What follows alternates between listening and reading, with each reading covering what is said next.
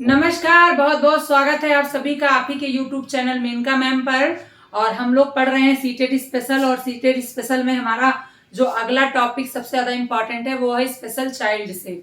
जी हाँ, आपको मैंने पहले ही बता दिया था कि सीटेट में कुछ महत्वपूर्ण चैप्टर है जहाँ से क्वेश्चंस आते हैं। उसी श्रृंखला में हम लोगों ने शिक्षण को पढ़ा और शिक्षण के बाद हम लोगों ने जो है टिप्स लिया था सीटेट में पास होने के। इसके बाद हम लोगों ने सीटेट की शिक्षण विधियों को पढ़ा था, विकास को पढ़ा था, विकास के सारे प्रभावित करने वाले कारक को पढ़ा था। आज उसी श्रृंखला में आगे बढ़ते हुए हम लोग पढ़ेंगे स्पेशल चाइल्ड। हमने आप लोगों को बताया था कि कुछ महत्वपूर्ण चैप्टर ही हैं जहां से सीटेट के क्वेश्चंस आते हैं।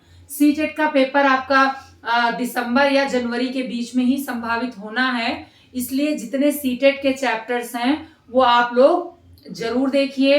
वही वीडियो मैं इसमें शामिल भी कर रही हूँ, उसी चीजों को मैं पढ़ा रही हूँ। इसके अलावा मैंने आप लोगों को जो टिप्स दिया था कि आप प्रीवियस ईयर के प्रश्नों को हल करते रहिए, उसको आप जरूर देखते रहिए। इससे आपका क्या होगा कि क्वेश्चन जो रिपीट होते हैं वो आपको आसानी से समझ में आ जाएंगे।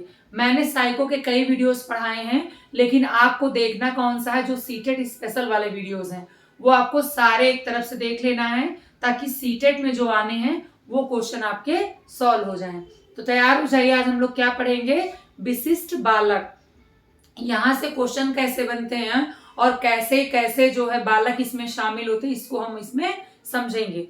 तो स्पेशल चाइल्ड किसको कहते हैं? सामान्य को छोड़कर बाकी सभी बालक क्या हैं? स्पेशल है। मनोविज्ञान कहता है कि प्रत्येक बालक क्या है बेटा? विशिष्ट है, और हमें उनके साथ विशिष्ट व्यवहार करना चाहिए। जैसे आप एक अध्यापक हैं और आप कक्षा को पढ़ा रहे हैं, तो उसमें आप देखते होंगे कि हर तरह के बालक पढ़ते हैं। उन सारे बालक को पढ़ाने का जो तरीका होता है वो अलग अलग होता है। भाई विशिष्ट बालक हम क्यों पढ़ रहे हैं? क्योंकि हमारी कक्षा में हर बालक एक तरह नहीं है, वो अलग अलग तरीके से है, और अलग अलग तरीके से होने के कारण उनमें अलग अलग विशेषता है, अलग अलग कमियां हैं। उस तरह से हम पढ़ाएंगे जिससे हर बच्चा लाभ उठा सके। तो विशिष्ट बालक में कौन कौन से बालक आते हैं, सबसे पहले हम इसको समझेंगे। देखिए, सामान्य को छोड़कर बाकी सभी बालक कौन से हैं? विशिष्ट हैं। 50% हमारे जो बालक होते हैं वो सामान्य होते हैं, और 50% बालक हमारे विशिष्ट होते हैं। विशिष्ट बालक में कौन कौन से बालक आते हैं बेटा? विशिष्ट बालक में 5 तरीके के बालक आते हैं। प्रतिभाशाली जो बालक होते हैं वो भी क्या है? विशिष्ट बालक है। सृजनशील भी हमारे कौन से बालक होते हैं बेटा? विशिष्ट बालक होते हैं। इसके बाद आपके पिछड़े या मंद, ये भी हमारे कौन से बालक होते हैं? जी हाँ, विशिष्ट बालक होते हैं। इसके बाद आपका विकलांग या दिव्यांग, ये भी हमारे विशिष्ट बालक होते हैं। और लास्ट आपका समस्यात्मक बालक, ये भी हमारे कौन होते हैं बेटा? स्पेशल चाइल्ड होते हैं। हमारे 50% जो होते हैं, 50% सामान्य बालक होते हैं, और 50% जो है कौन से बालक होते हैं बेटा? विशिष्ट बालक होते हैं। विशिष्ट बालक में प्रतिभाशाली भी बालक आते हैं, उसी में समस्यात्मक बालक भी आते हैं, उसी में विकलांग बालक भी आते हैं, और उसी में ही पिछड़े मंद भी बालक आते हैं। आप लोगों ने पढ़ा होगा समावेशी शिक्षा। समावेशी शिक्षा कहता है कि सामान्य और विशिष्ट को साथ साथ पढ़ाया जाए, उसी को समावेशी शिक्षा कहते हैं। हमारा एनसीएफ 2005 और आरटीई 2009 और आपका नई शिक्षा नीति, इन तीनों में कहा गया है समावेशी शिक्षा की बात, यानी सामान्य के साथ साथ विशिष्ट बालक को साथ में पढ़ाया जाए, इसी को समावेशी शिक्षा कहते हैं। क्वेश्चन भी आया था कि समावेशी किसको शामिल करता है, तो सामान्य और विशिष्ट को। सामान्य में जिसमें नॉर्मल बच्चे जिनकी IQ 90 से 110 होती है, और विशिष्ट में आपके प्रतिभाशाली, समस्यात्मक, विकलांग और मंद बालक आते हैं। इन सब की अलग अलग विशेषताएं हैं और अलग अलग प्रकार के क्वेश्चंस बनते हैं। सबसे पहला जो इसमें क्वेश्चन बनता है कि निम्न में से कौन से विशिष्ट बालक हैं, तो आपको मैंने बताया कि ये आपके पांचों जो हैं वो क्या हैं? विशिष्ट बालक हैं। तो आपका जो क्वेश्चंस का आंसर होगा, अगर उसमें प्रतिभाशाली, सृजनशील, विकलांग और समस्यात्मक दिया है, तो आप उपरोक्त सभी लगा देंगे। अदरवाइज अगर सामान्य के अतिरिक्त कोई बालक लिखा होगा तो वो विशिष्ट बालक में आएगा। तो विशिष्ट बालक में कौन कौन से बालक आते हैं बेटा? प्रतिभाशाली आते हैं, सृजनशील आते हैं, मंदबुद्धि, विकलांग और दिव्यांग। अब इन सारे बालकों को हम अलग अलग तरीके से समझेंगे, क्योंकि क्वेश्चन जो बनता है वो इस तरह से बनता है कि निम्न में से प्रतिभाशाली बालक की विशेषता है, या निम्न में से सृजनशील बालक की विशेषता है, या निम्न में से मंदबुद्धि बालक की विशेषता है, या विकलांग या समस्यात्मक। तो एक एक करके हम सारे विशिष्ट बालक को समझेंगे। ये सारे हमारे विशिष्ट बालक हैं और एक एक बालक को हम समझते रहेंगे कि क्वेश्चंस कैसे बनता है और विशिष्ट बालक की विशेषता क्या होती है। तो सबसे पहले हम लोग प्रतिभाशाली और सृजनशील समझेंगे। इसका स्क्रीनशॉट ले लीजिए कि सबसे पहले कौन कौन से बालक आपके इसमें आते हैं। इसका स्क्रीनशॉट ले लीजिए, फिर हम लोग एक एक बालक को समझेंगे कि किस किस बालक में क्या क्या विशेषताएं पाई जाती हैं।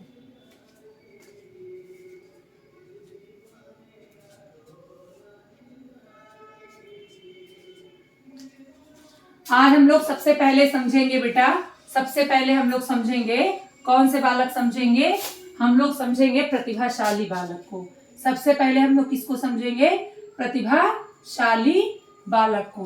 प्रतिभाशाली बालक किसको कहते हैं? सबसे पहले हम इसको समझते हैं। प्रतिभाशाली बालक वो होते हैं जो पढ़ने लिखने में बड़े अच्छे होते हैं और जिनकी आईक्यू बहुत ही ज्यादा होती है। इनकी आईक्यू कितनी होती है बेटा? प्रतिभाशाली बालक की कितनी होती है? 130 से ऊपर। जिनकी आईक्यू 130 से ऊपर होती है उन्हें कौन सा बालक कहते हैं? प्रतिभाशाली बालक कहते हैं। अब प्रतिभाशाली बालक की हम विशेषताएं देखेंगे। प्रतिभाशाली बालक की सबसे पहले क्या देखेंगे बेटा? विशेषताएं।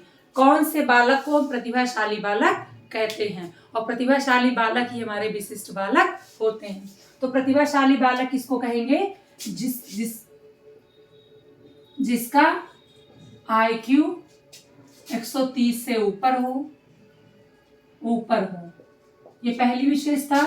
दूसरा, जो पढ़ने लिखने में रुचि रखता हो। जो पढ़ने लिखने में रुचि रखता हो, जिसका सामान्य ज्ञान अच्छा हो। सामान्य ज्ञान अच्छा हो। अगला, जिसका अवलोकन, कल्पना, तर्क, मानसिक क्षमता अधिक विकसित हो।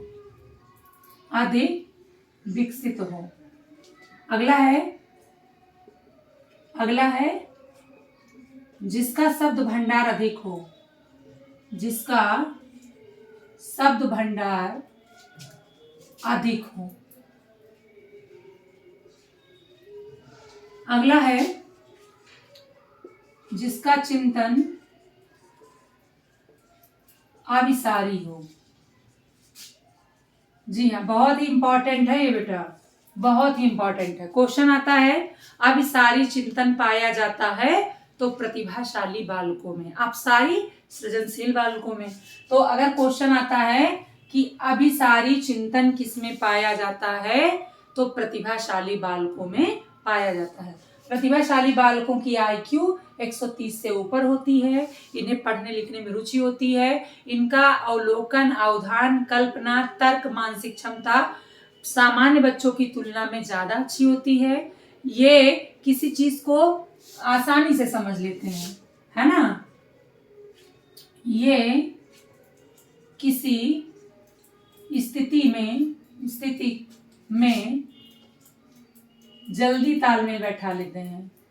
जल्दी तालमेल बैठा लेते हैं। पुनः स्मरण की शक्ति तीव्र होती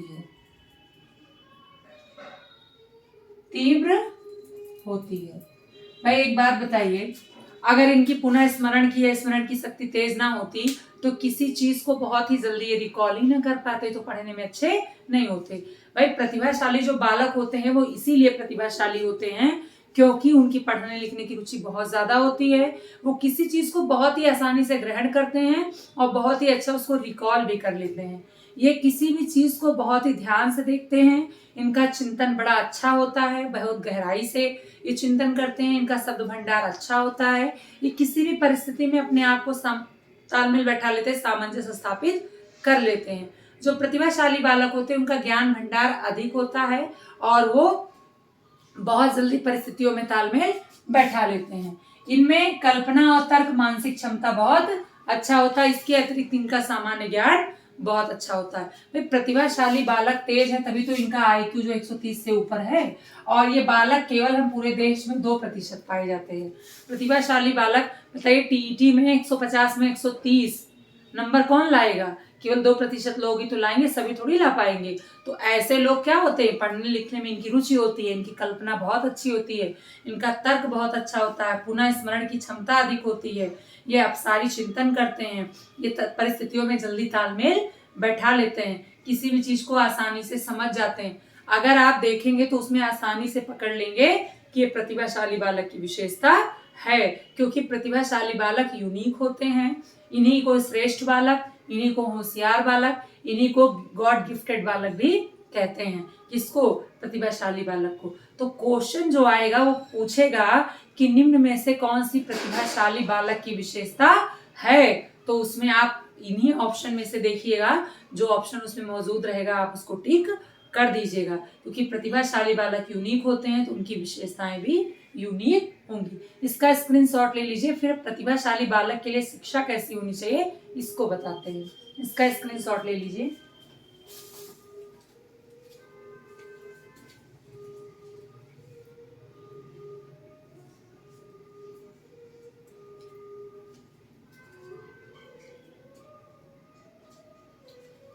इसके बाद हम लोग पढ़ेंगे प्रतिभाशाली बालक की शिक्षा।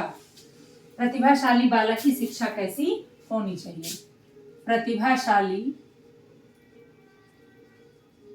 बालक की शिक्षा, प्रतिभाशाली बालक की शिक्षा कैसी होनी चाहिए? तो सबसे पहले श्रेष्ठ अध्यापक होने चाहिए। इसके बाद दूसरा आपका विशिष्ट कक्षाएं, इनकी कक्षाएं विशिष्ट होनी चाहिए। उसके बाद सेमिनार या बौद्धिक कार्यक्रमों का आयोजन होना चाहिए, विद्यालय में आयोजन होना चाहिए। उसके बाद प्रेरणा, इनको हमेशा क्या करते रहना चाहिए? प्रेरित करते रहना चाहिए। भाई एक बात बताइए, अगर आपके क्लास में कोई बच्चा बहुत तेज है लेकिन हम उसको सपोर्ट नहीं करेंगे, प्रेरित नहीं करेंगे, तो अपने काम को आगे नहीं बढ़ा पाएगा। प्रेरणा या प्रोत्साहन कह सकते हैं। प्रोत्साहन, अतिरिक्त सहायता या कक्षाएं। देखिए बेटा, एक बात बताइए, अगर कोई बच्चा बहुत ज्यादा अच्छा पढ़ने में है तो उसको हम क्या करेंगे? उसको श्रेष्ठ अध्यापक से पढ़ाएंगे, क्योंकि नॉर्मल अध्यापक से वो बोर हो जाएगा, क्योंकि उसको नॉर्मल चीजें आती रहेंगी। इसके अलावा विशिष्ट कक्षाएं उसके लिए होनी चाहिए। सेमिनार या बौद्धिक कार्यक्रम होने चाहिए जिससे वो अपनी प्रतिभा को दिखा सके। कोई बच्चा बहुत अच्छा आर्ट बनाता है, बहुत अच्छा गाना गाता है, लेकिन उसे प्लेटफॉर्म ना मिले तो वो बच्चे की प्रतिभा क्या हो जाएगी? दब जाएगी। इसीलिए विद्यालय में सेमिनार और बौद्धिक कार्यक्रमों का आयोजन करना चाहिए। बच्चों को प्रेरित करते रहना चाहिए और प्रोत्साहित करते रहना। अतिरिक्त सहायता, जैसे बच्चा बहुत ज्यादा गरीब है तो उसे आर्थिक सहायता देकर आगे बढ़ाया जा सकता है। इसके अलावा या अतिरिक्त कक्षाएं, अतिरिक्त कक्षा मतलब उसे हम थोड़ा सा अलग से समय देकर उसे मोटिवेट कर सकते हैं, उसको अच्छी चीजें बता सकते हैं जिससे वो जल्दी से आगे बढ़ सके। इसका भी आप लोग स्क्रीनशॉट ले लीजिए। फिर आपको बताते हैं कि प्रतिभाशाली बालक की पहचान कैसे की जा सकती है।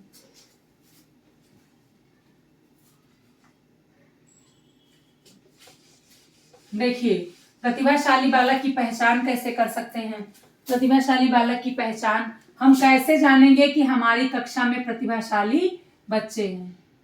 प्रतिभाशाली बच्चे की पहचान, तो देखिए दो ही तरीके से हम जान सकते हैं कि हमारे कक्षा में प्रतिभाशाली बालक हैं या नहीं। पहला हम जान सकते हैं किससे, पहला हम जान सकते हैं सहपाठी अवलोकन,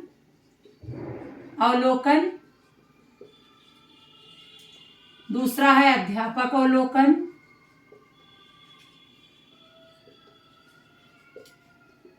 देखिए सहपाठी अवलोकन से तात्पर्य यहाँ पर यह है कि जब भी कक्षा में कोई तेज बच्चा होता है तो उसका अवलोकन कौन कर लेता है, सारे बच्चे कर लेते हैं कि ये फला बच्चा बहुत ही पढ़ने में अच्छा है। तो सहपाठी अवलोकन और इसके बाद आपका अध्यापक अवलोकन, और उसके बाद अतिरिक्त में क्या आएगा बेटा, जैसे उसका क्या है उपलब्धियां,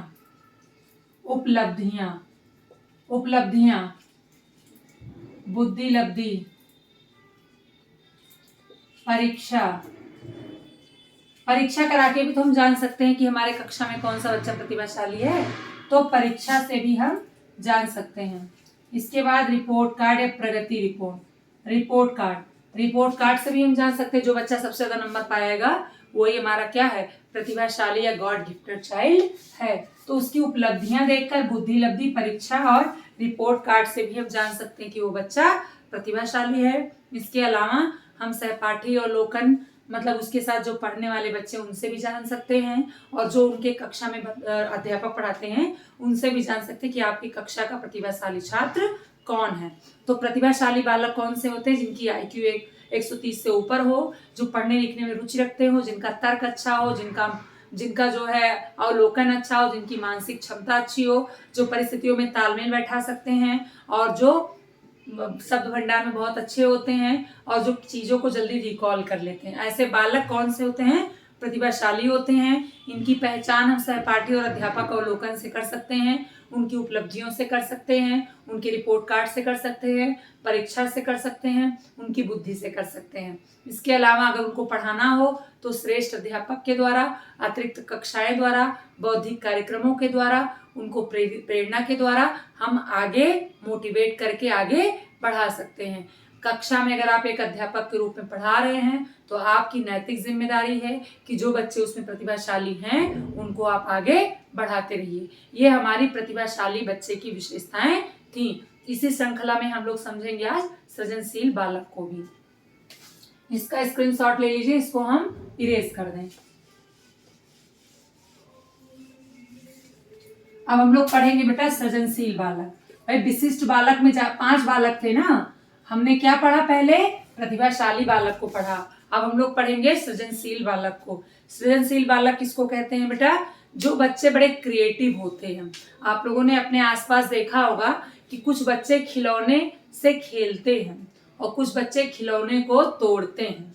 जी हाँ, ये वही बच्चे होते हैं जो आगे चल के बहुत बड़े क्रिएटर बनते हैं, या आविष्कारक बनते हैं, सर्जन बनते हैं, डॉक्टर्स बनते हैं, या कह सकते हैं जो क्रिएटिव माइंड के होते हैं। आपने देखा होगा कि कुछ बच्चे खेल रहे हैं लेकिन कुछ बच्चे उसको तोड़ रहे हैं, मतलब उसमें देखते हैं कि कैसे कैसे सारी चीजें लगी हैं। तो ये सारे बच्चे कौन से होते हैं, सृजनशील बालक होते हैं। तो आज हम लोग पढ़ेंगे सृजनशील बालक को। सृजनशील बालक भी प्रतिभाशाली हो सकते हैं और प्रतिभाशाली भी सृजनशील हो सकते हैं, क्योंकि इनकी विशेषता और प्रतिभाशाली बालक की विशेषताएं मिलती हैं। बस इसमें थोड़ा सा अंतर है कि जो प्रतिभाशाली बालक होते हैं उनका दिमाग चौतरफा चलता है, लेकिन जो सृजनशील बालक होते हैं उनका दिमाग चौतरफा चलता है, क्योंकि इनमें अपसारी चिंतन पाया जाता है, लेकिन अभिसारी का केवल एक क्षेत्र में पाया जाता है। इसीलिए वो विषय विशेषज्ञ बनते हैं और ये बड़े बड़े दार्शनिक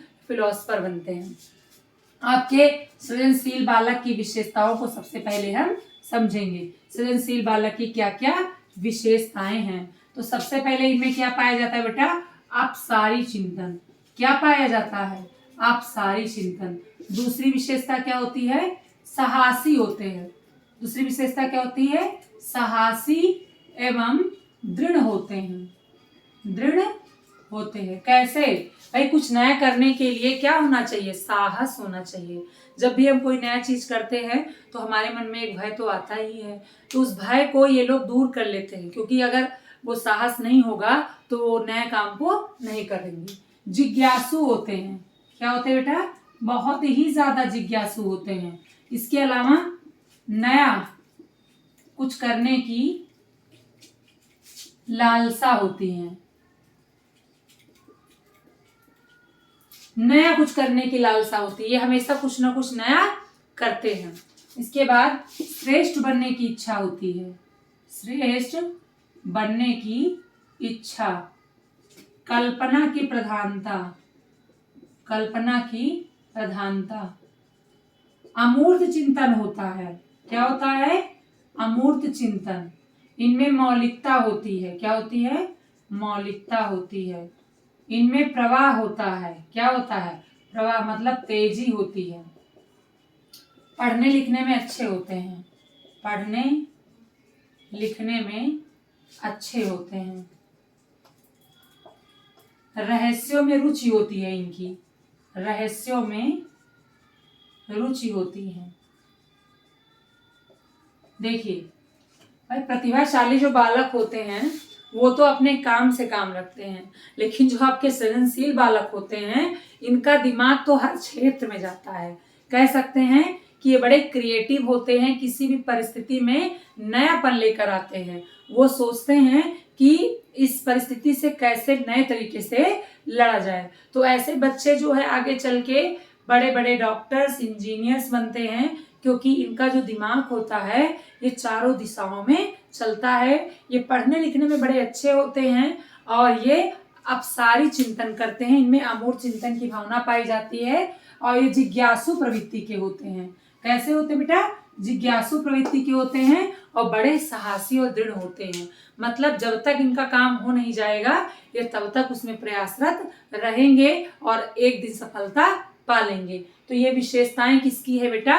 सृजनशील बालक की। इसमें अपसारी चिंतन पाया जाता है, साहसी होते हैं, जिज्ञासु प्रवृत्ति के होते हैं, नया कुछ करने की लालसा होती है, श्रेष्ठ बनने की इच्छा होती है, कल्पना की प्रधानता होती है, अमूर्त चिंतन होता है, मौलिकता होती, प्रवाह या तेजी होती है, लिखने पढ़ने में अच्छे होते हैं और रहस्य में इनकी रुचि होती है। अगर क्वेश्चन आएगा कि निम्न में से सृजनशील बालक की विशेषता है, तो इनमें से जो विशेषता आपको वहां दिखेगी आप लगा देंगे। सबसे ज्यादा जो पूछा जाता है वो अपसारी चिंतन और मौलिकता और अमूर्त चिंतन या कल्पना की प्रधानता ही पूछा जाता है कि इसमें से सृजनशील बालक की विशेषता है या कौन सी नहीं है। अगर नहीं पूछेगा तो नहीं वाला ढूंढिएगा, अगर हाँ वाला पूछेगा तो आप देखिएगा कि इसमें से कौन कौन से पाए जाते हैं।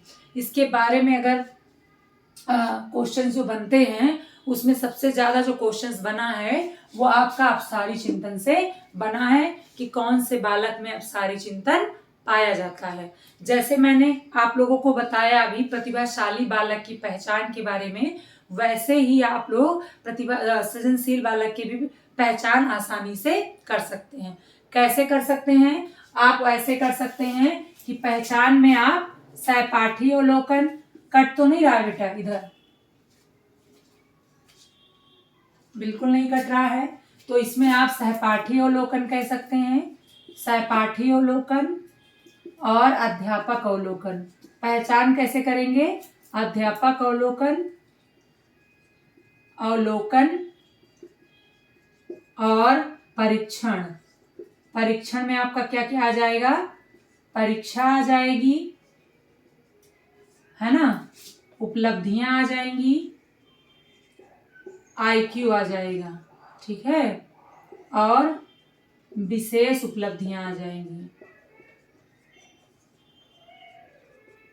इन सारे चीजों से हम जान सकते हैं कि हमारी कक्षा में कौन कौन सा बालक सृजनशील है। उसकी प्रगति रिपोर्ट देखकर, सहपाठी अवलोकन से और अध्यापक अवलोकन से हम जान सकते हैं।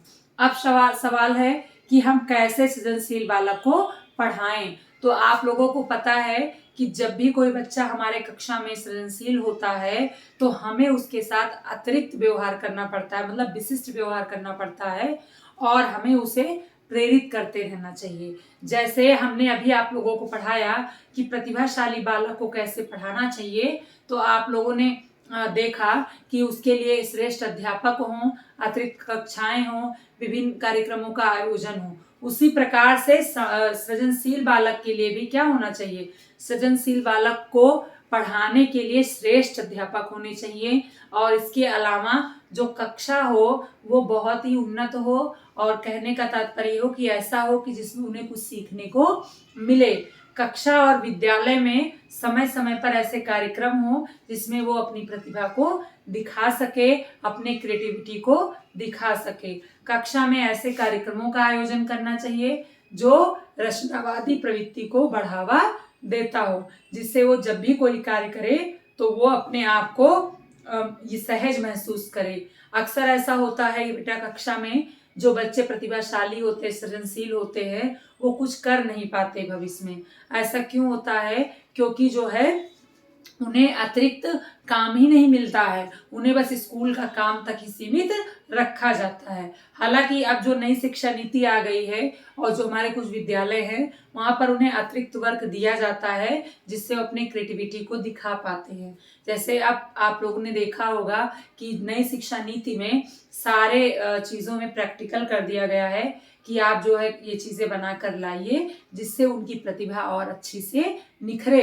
अगर वो किसी क्षेत्र में रुचि रखते हैं तो उस क्षेत्र के बारे में उससे संबंधित जानकारियां इकट्ठा करते हैं और उसके बारे में अपने प्रैक्टिकल में जो है चीजें उपलब्ध कराते हैं। इससे उनमें क्या आता है बेटा, गट्स आता है आगे बढ़ने का। हालांकि हमारी जो शिक्षा पद्धति है बना तो दी जाती है लेकिन वो एग्जीक्यूट नहीं हो पाती है अच्छे से, उसको जो है लागू नहीं किया जा पाता है। तो इससे जो है हमारे सृजनशील बालक और प्रतिभाशाली बालक की कहीं ना कहीं प्रतिभा दब जाती है।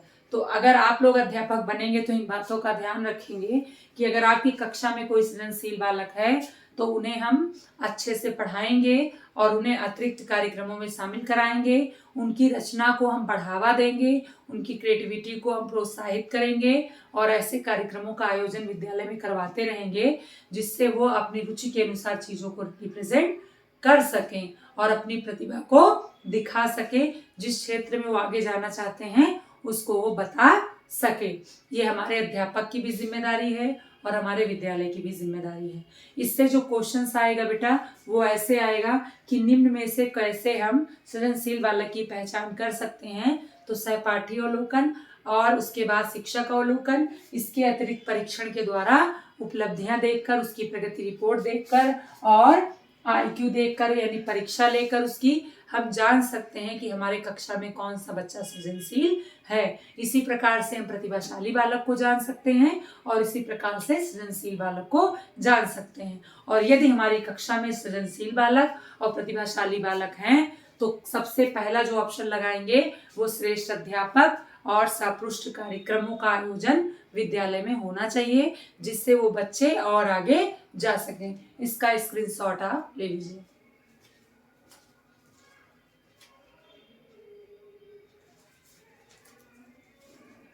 इसके आगे वाले वीडियो में बेटा हम सब लोग विकलांग बालक और समस्यात्मक बालक को पढ़ेंगे, क्योंकि वीडियो लंबी हो जाती है तो आप लोग समझ नहीं पाते हैं। चीजों को थोड़ा थोड़ा करके समझेंगे तो आसानी से समझ में आ जाएगी। इसका स्क्रीनशॉट आप लोगों ने ले लिया होगा। आप केवल और केवल सारे वीडियो सीटेट की देख लेंगे तब भी आप सीटेट पास हो जाएंगे। मैंने टिप्स भी दिया है और अभी आप लोगों को जो है विशिष्ट बालक का जो दूसरा चैप्टर उसको पढ़ाने के बाद जीन प्याजे को पढ़ाएंगे और उसके बाद कोहल वर्ग को पढ़ाएंगे जहां से आपके क्वेश्चंस आते हैं। इसके आगे वाले वीडियो में हम लोग जो है विकलांग बालक और समस्यात्मक बालक को पढ़ेंगे।